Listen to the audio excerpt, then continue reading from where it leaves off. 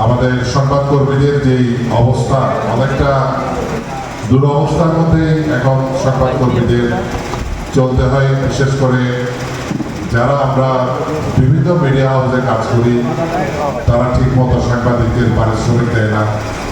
আবার সাংবাদিকতার লেবাসে অনেক লোকজন ঢুকে পড়েছে, যারা সাংবাদিকতার এই মহান পেশাকে কলুষিত করে ফেলেছে।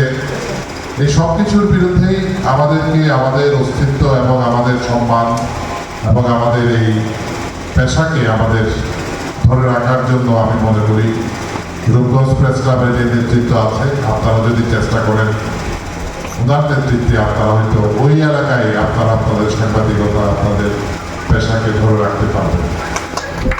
কারণ সংবাদপত্র এখন উন্নত রাষ্ট্রে এখন এটাকে চতুর্থ স্তম্ভ বলা হয় আমাদের এই গণমাধ্যমকে।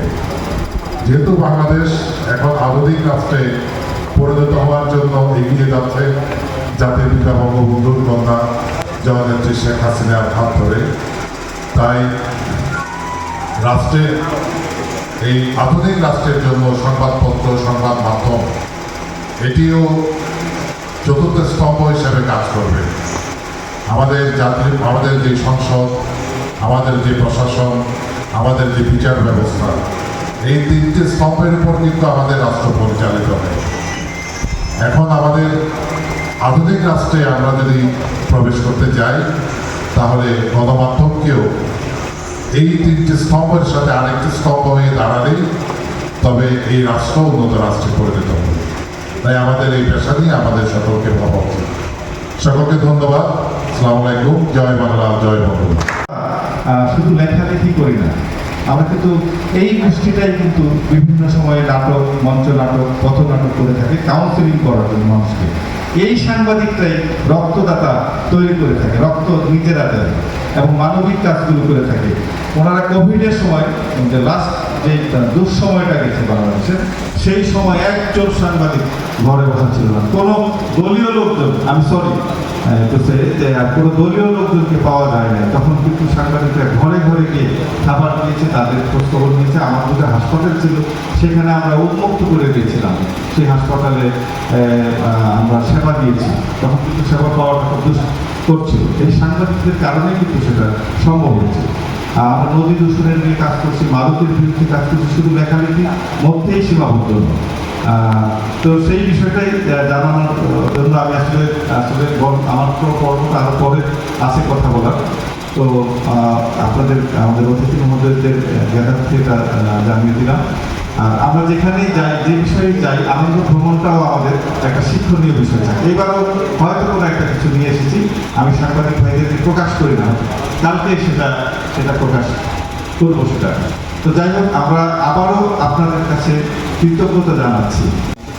2 আসনের এমপি মহোদয় আজকে কিন্তু প্রধান অতিথি হিসেবে উপস্থিত হয়েছেন। তিনি অত্যন্ত জনপ্রিয় এবং মাননীয় প্রধানমন্ত্রী অত্যন্ত প্রিয় একজন মানুষ, যিনি যে এমপি যাকে এলাকার মানুষ নয়, সবাই মানবিক একজন মানুষ হিসেবে জানা। আর আরেকজন মানুষ আমাদের এখানে উপস্থিত রয়েছেন, নজিবুল ইসলাম। উনি শুধু কত বড় ব্যবসায়ী সেটা আমি সে জায়গাতে যাবো না। আমার বড় পরিচয় হচ্ছে আমাদের মনে একজন মানুষ। উনি একজন লেখক, উনি একজন সাংবাদিক। প্রায় 33 বছর ওনার ফ্যামিলি থেকে পত্রিকা বের হচ্ছে, কক্সবাজার। ওনারা এসেছেন, ওনার রাজনৈতিক পরিচয় রয়েছে, কক্সবাজার পৌর আওয়ামী লীগের সভাপতি, অনেক পরিচয়। তো আমরা আসলে আপ্লুত, আমরা ওনাদের জন্য একটা জোরে একটা হাততালি দেব। আমরা আসলে ওনাদের মতো মানুষকে আমরা আমাদের কাছে পেয়েছি। আমি একটু বলার জন্য মাননীয় এমপি মহোদয় এবং নজিবুল ভাই ওনাদের জানার জন্য আমি বলবো যে আমরা কক্সবাজারে বহুবার এসেছি। লাস্ট যখন এসেছিলাম তখন ফোরকান ভাই কক্সবাজার উন্নয়ন কর্তৃপক্ষের চেয়ারম্যান আমাদের ওনাদের সাথে 3 দিনের সৈকত আমাদের অহংকার, এই বাংলাদেশের অন্যতম পর্যটন নগরী কক্সবাজার।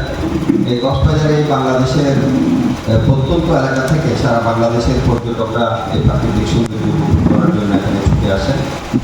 আমি ধন্যবাদ কৃতজ্ঞতা জানাই আমাদের রূপগঞ্জ প্রেস ক্লাবের আমাদের সম্মানিত ভাইদেরকে। তারা বাংলাদেশের আরো চাইলে আরো অনেক প্রাকৃতিক সৌন্দর্যের অনেক জায়গা আছে, খুলনা আছে, সিলেট আছে, অনেক জায়গায় তারা যেতে পারতেন, বাট তারা সেখানে না গিয়ে তারা আমাদের এই কক্সবাজার সারা বাংলাদেশের পর্যটনের তীর্থভূমি হিসেবে আমরা চিহ্নিত করতে পারি, সেখানে তারা ছুটে এসেছেন এবং শুধু একবার নয়, তারা বারবার আমাদের এখানে আসেন।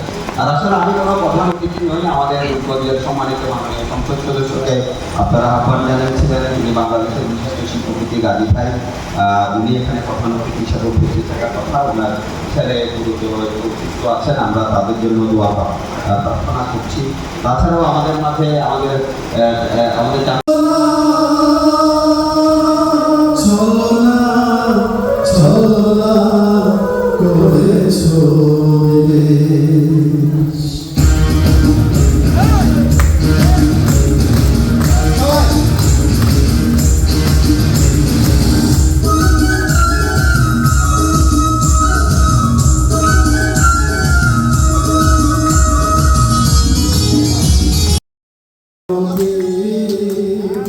বসন্তকালে বলতে পারি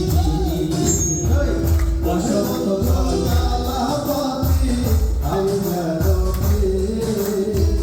বসন্তকালে তোমার বলতে পারি